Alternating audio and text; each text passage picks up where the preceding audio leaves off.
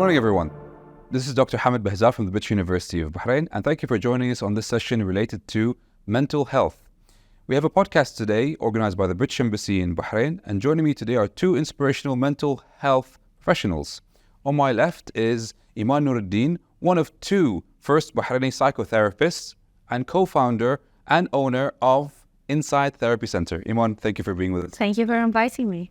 On my right is Imran Al-Aradi, a distinguished broadcast professional and stand-up comedian with an inspirational mental health journey. Imran, thank you for being here as well. Thank you so much for having me. Although I don't really fit in the category of a professional when it comes to mental health, but you've had your own journey. I've had experiences. I have experience. Yeah. Perfect. Today we celebrate Mental Health Day on the 10th of October.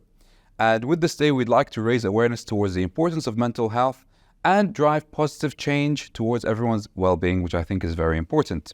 The theme for 2023 by the World Foundation of Mental Health is Mental Health is a Universal Human Right. I'm very delighted to have you both here today to talk about this very important issue, talk about your roles, your experiences, your views, and to understand what are the critical challenges that face mental health today. So, let me kick off with Imran. Why is mental health, do you think, so important? Well, I think concept of health in general is important, whether it's physical or mental. This is a topic that was always, or mental health was always a topic that was considered shameful. So at my age, I grew up listening to things like, "Oh, but you're not crazy," or "Oh, we don't do that here. This is only in the movies." So you generally start to develop this fear of, is this true? Am I crazy? So health in general, I believe, should be the most important thing, physical or mental. Definitely. Absolutely. I think, as you mentioned, the culture aspect plays a very big role. And I think, dare I say, when it comes to gender as well, the pressure may be more in men as, no, get on with it, do it. And funny you said that, because one of the things that I've heard a lot is be a man. Yeah, man up. Man up, be a man. Oh, you're stressed, you're under a lot of pressure, be a man. And then there's always a story about somebody else who's going through the same thing and then they overcame the whole situation. Because God forbid you have emotions. God, yes, you're right. God forbid you have feelings. So the importance of mental health is being highlighted a lot more than what it was before. In fact, before it was considered gossip. So when we heard about somebody struggling with mental health, we heard it in the light of gossip. I mean, that's at least, at the age of 42, I grew up listening to these things. Like you would, when you hear family gossip, did you hear so-and-so is going to see a therapist? And you hear that quite often. So the whole concept of reaching out for help became something very difficult. Now, I believe things are different. Things are very different. So I remember when I first started 18 years ago, so I started a while back. When, first of all, people would tell me, like, who's going to come to you? Bahrain is small, like, you know everyone. I think the main thing is to acknowledge is, talking about age, gender, or whatever it is, nobody's immune. No. Wherever you come from, wherever you are, how old you are not immune from your own mental health challenges. And as we previously said as well, 1 in 3 people have come across some kind of mental health issue that's basically challenged them across their life. What's the difference between anxiety and stress, Iman? What do you think? So I'm not a psychologist, so I'm not someone that diagnoses. I'm the one that works with the diagnosis. But the main thing that, to simplify it, and this is to make it very simple, stress is a form of anxiety in the way that it affects our body nearly in the same way. Right. Okay? So it's basically a fight and flight response. So your body's reacting as if whatever you're seeing or whatever you're perceiving is actually life-threatening. Right. So if you think about all the times that you got scared or you're phobic about, your body's reacting as if this is a life and death situation, where in reality it's not. It's not. Yeah, most of the time it's not. And this is where I was saying as well that this is where we start to feel some anxiety becomes a physical symptom. So when you're anxious, you feel nauseous. But stress is because it has the mental aspect to it and it has the physical aspect to it. Yes. So it starts with the hormones. Obviously, this is where they tell you it's a chemical issue, right? So the adrenaline, the cortisol is pumping up, your heart is going fast, your blood pressure is going, you're not breathing, your digestive system shuts down, your immune system goes down. So getting sick more often. So you feel, so this is why when you're sick, they tell you to increase your immune system, go rest. Yes. You know, and I think with the stresses of life, we can't avoid the stresses of life. Life is stressful and we have to do what we need to do. Is we forget to then rest to get our body to be where it needs to be. Yeah. So I think very important, I think we've seen it in series. In the corporate life where there's a lot of stress and anxiety, big investment firms, they actually have an in-firm psychologist to kind of chat to the employees and making sure. And they're doing a lot of programs. And, ترى في البحرين also. ترى in Bahrain also, a lot of companies have hired us and other people like us where they're integrating mental health within the corporate world. So whether we're there doing yoga and meditations, whether we're doing workshops about burnout and resilience, whether we're there teaching people how to communicate better, to lower stress, looking at the structure of the company. So there is an awareness also here in Bahrain. I'm not going to say all corporate, but it is becoming a trend, and there are many companies that are opening up and looking for insurance where they end up buying like hours for their. Is currently insurance covering some aspects? Some insurance, but what the company does, they bypass the insurance and say we want to buy 100 clinical hours. Right. And we'll send the HR does that. So whatever's over the HR, they'll do it with several clinics and they'll do it with several things. So it kind of tells you that we are kind of, this would never have happened. Yes. Like if I tell you, I'm gonna give you $1 million. I'm going to give you land. I'm going to give you career success. Would you be happy? And the answer would be yes. But what if I say, if I give all that to you, I'm going to take away your physical and mental health? Would you still want it? No, and COVID is what taught me that. Because with COVID, we were sitting home. You notice your savings going up because you're not spending, you're not going out. But are you happy? No. So it really made me think that money does not bring you happiness, because here I am, money is growing, but you're in captivity, you're not seeing friends. You haven't got a way of spending it. Yeah. So if you have it and can't spend it or can't use it, any tool, any resource has no use to you. Yeah, and when your health is down, you become a prisoner to your body, you become a prisoner to your mind. Yes. And so you become, basically you're not able to live the best life that you want. And so when we ignore, we're very good at sometimes ignoring our physical health, but then when we ignore our mental health, it does the same thing. And they're one of the other, like they're the same. So like when we talked about anxiety, most of the kind of things that I told you happens in anxiety were all bodily sensations, things that the body is doing more than what the mind is doing, right? And so I think to kind of ignore one over the other makes no sense. Amran, over to you. I know you have a very inspirational story that you shared on Radio Bahrain on The Breakfast Show, which had a great impact on your life and others. You spread some great motivation on addressing and conquering your own personal quest.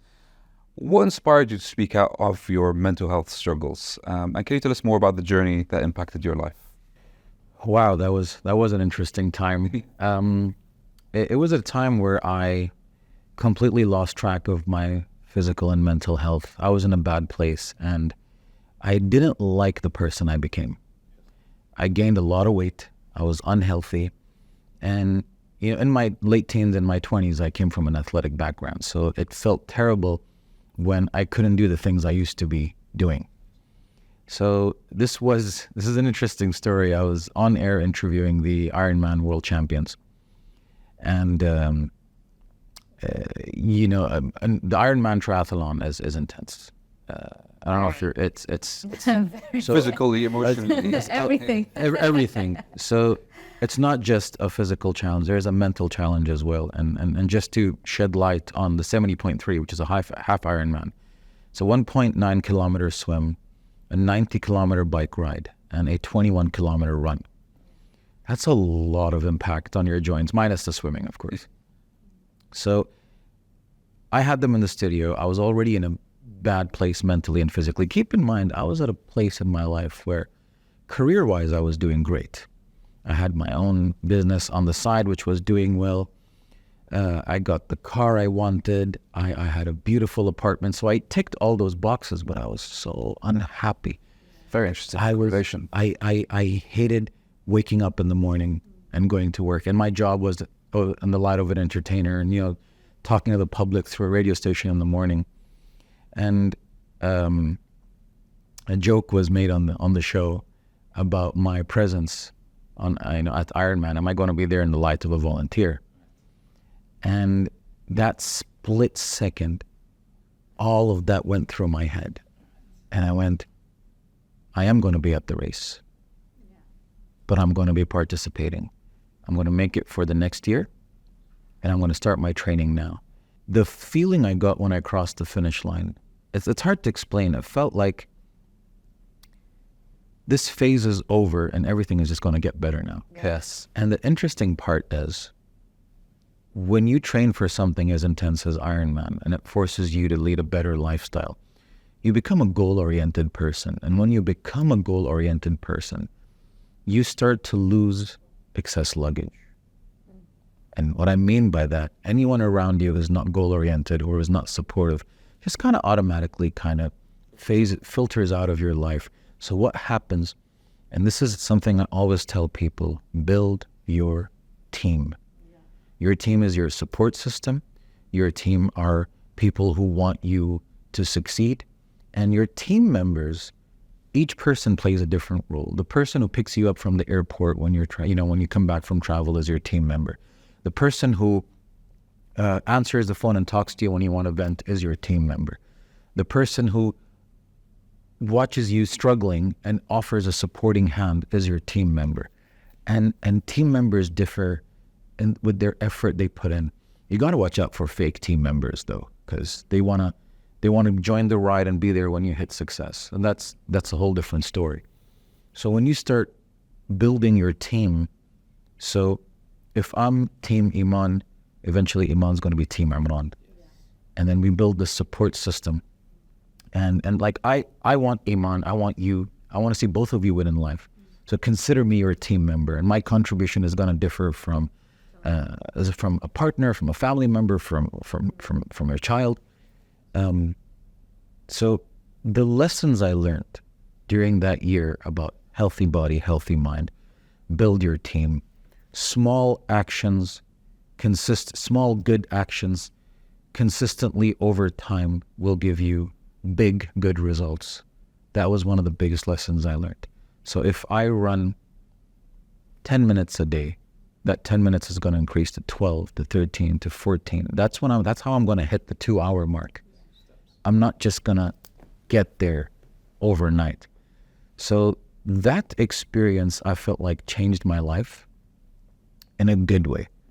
It did give me a lot of injuries, but those were good lessons too. Yeah. And when I would spend 12 hours working a day and I was so stressed, and I'm like, you know what, I could go for a burger right now. And I saw others doing it as well. But after that experience, I'm like, wait a minute, I need to remind myself, healthy body, healthy mind, and vice versa. Yeah. And I think to add one more part to that is, yes, healthy body, healthy mind, and vice versa.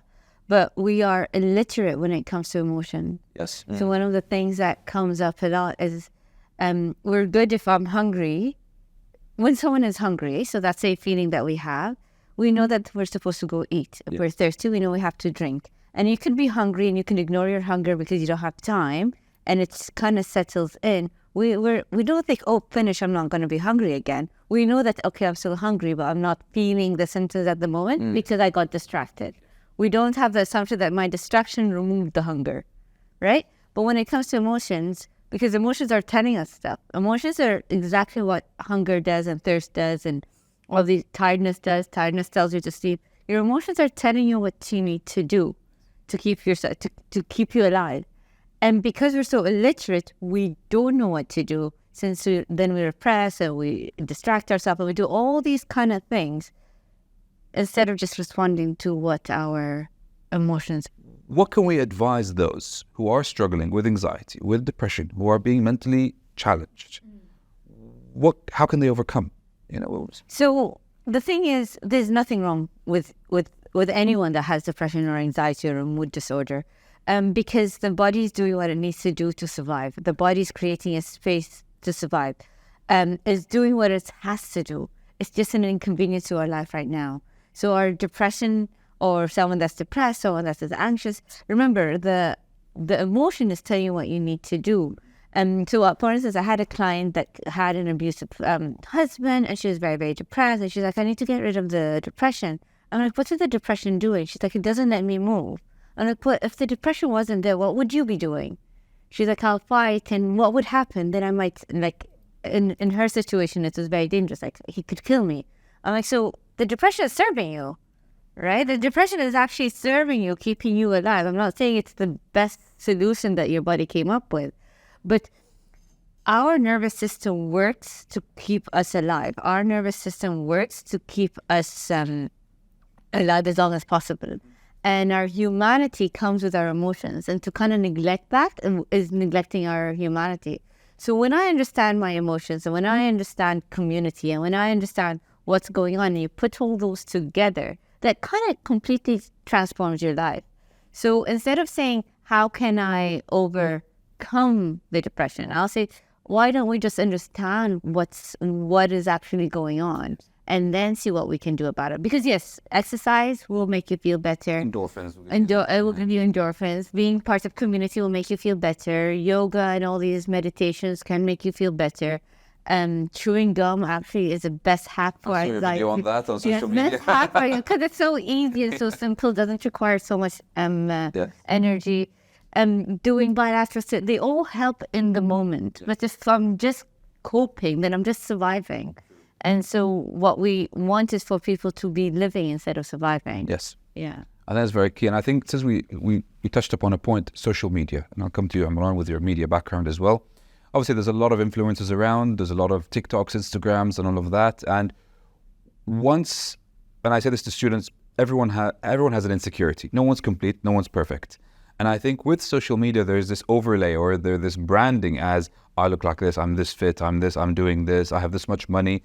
There's so many socioeconomic aspects to it where people start to stress saying, I don't look like that, I can't afford that, I can't go there, but this person seems to be happy, so I need to beg, borrow, or steal to be able to do that. So how do you feel with influencers and how that fits into anxiety and depression? Should someone just, put a time lapse? Should someone just go off it? What should they do? I think it's the awareness and the understanding that what you see on social media is the final product, whether it's an image or a video. And because it's posted on a platform for others to see, it doesn't necessarily mean it's true. It doesn't mean it's true. Yeah. So you have to have that understanding that what you see on social media doesn't mean it's the truth. When you see any kind of content that's about mental health or health in general, or anything that's about your well-being, remember that a health professional will spend years studying, going through courses, practicing, and they continue to learn. Yeah. And that is a health or a mental health professional.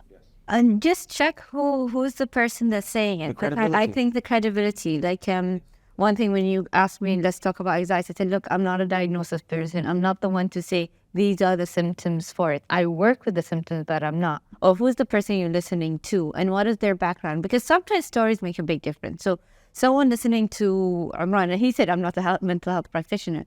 Someone listening to Imran will be inspired by his story and say, you know what, I felt the same way. Imran, what did you do? Where did you come?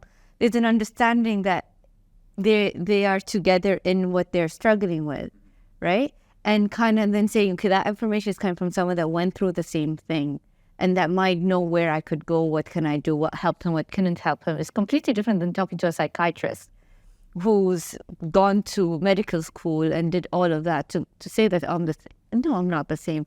My education is different. Everybody's education is different. And to kind of check out, like I get a lot of these people like, this person said, I'm like, who is this person? Yes. And then I go online, I'm like, and they'll be in the therapy room. And then I say, let me just Google who this person is because I want to know what their background is. Because what they're saying doesn't seem right, but I don't know because there might be something there that I might not know. This is probably where we differentiate between psychotherapy, and maybe life coaching? I think when it comes back to social media, I think it's also very powerful and very great because social media is making mental health normal. Yes. Making sometimes diagnosis as something that's, like, for instance, it's trendy to have ADHD right now, right? Yeah. It's trendy to be diagnosed. When I was first diagnosed, so there's something wrong with me. But when now people are getting diagnosed, people are coming and say, please tell me I have ADHD. You also have to be careful what kind of content you're consuming online. Yes. I mean, you have the power or the option to filter, what you're looking at. There's so much out there. I love inspirational content. I love accounts that funny, entertaining, lighthearted. I love, by the way, the amount of Dancing. the dancing, the amount of information available online. Like there's a creator that I follow. So filter what you're following. I think that's very important. And the resources of besides social media, the resources available online. Well, a 14-year-old today has more resources in their hands compared to an organization such as Coca-Cola in the 70s. Yeah. Look at the difference. Audiobooks, books in general, tutorials, access, courses, it's all there. It's amazing. And that brings me brilliantly to my last question about resources. So with the resources available to us today, let's also acknowledge the social factors, the shyness, the conservative culture. So I'll start off with you, Iman, first. What would you say be resources available to us, to someone who's struggling, but is taking baby steps to kind of acknowledge, even within themselves, they have an issue? I would say go into communities. Join different communities. And that's what, if anything, I've been saying this month repeatedly, is that joining communities, because it starts with feeling like you belong. It starts with feeling your nervous system regulating with other people's nervous system. We cannot self-regulate. This idea that you self-regulate when you're okay. Yes. Okay, I'm a little bit sad, a little bit scared. I can self-regulate. Yes, these are the times where you journal and do your meditations. Okay, Iman makes a great point. Getting involved with communities is great because you end up, communicating with people who have similar challenges, similar interests, and then the human element and the human interaction helps. I believe that that's probably one of the best way to reach out for help, because when you meet someone who's going through something similar, you start, because people reached out to me. Yes. And after I did not many, but I did a few talks about mental health, and immediately after the talk I started getting messages on social media like, hi Imran, we actually went through the same thing, and we just wanted to know, were there any channels you went through? Did you talk to anyone? And I'm sitting there explaining how I go through it, because you're always going to be a work in progress. And I mentioned, I'm like, this is what I'm doing now, and feel free to reach out, and I'm happy to introduce you to a certain group of people. So that makes a huge difference. But I think another thing besides the resources is mindset.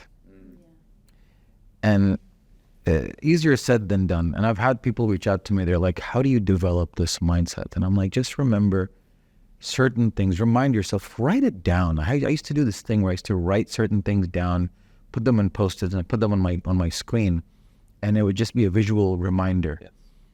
So you have to remind yourself, number one, progress, not perfection. That makes a huge difference. When you aim to be perfect, you're never going to get there, so you don't move. But if you think 1% every day, that makes a huge difference. The other thing is that you have to acknowledge, and this is something I said earlier, if you don't have your health, you don't have anything. You could have all the materialistic achievements in life, whether it's luxury products, whether it's a car. And as guys, I don't know if you've been through this, when you're in your early 20s, you want that car. Yeah. And then eventually you realize, once you have it, you don't. Once you have it, it's just a car. It's depreciating in value. And I had all these dream cars in my early 20s. Now my dream car is a reliable one. Yes. That's you don't want to be making calls to friends and family. Yeah. Yes. What's your dream car? So, because we start to want quality. Quality is what we start to seek. And when you remind yourself, progress, not perfection, 1% every day. Health is everything. So for what to do before things go bad. Yes. Yes. Your habits. It's key. Habits are everything. I had so many bad habits. I'm talking about with my food. I'm talking about spending so much time scrolling through social media. And all those bad habits accumulate. And the next thing you know, you're facing so many issues because of the habits. Small, good habits daily. That's the key. I think we've had a very good, interesting session, a lot of interesting points made. I'd like to thank you, Iman, for being with us today. Imran's likewise. Thank you so much. Thank you all for listening. I'd like to thank the British Embassy in Bahrain for organizing this podcast. I'd like to thank Al Bilad newspaper and their studio and their lovely team for hosting us here today. It's been a great discussion. We've discussed a lot of important points related to youth, mental health, anxiety, stress, the challenges, the awareness, the tools and services available to us all. We hope you found this session useful. From Bahrain to the UK to the rest of the world, thank you very much. Thank you. Thank you. Thank you.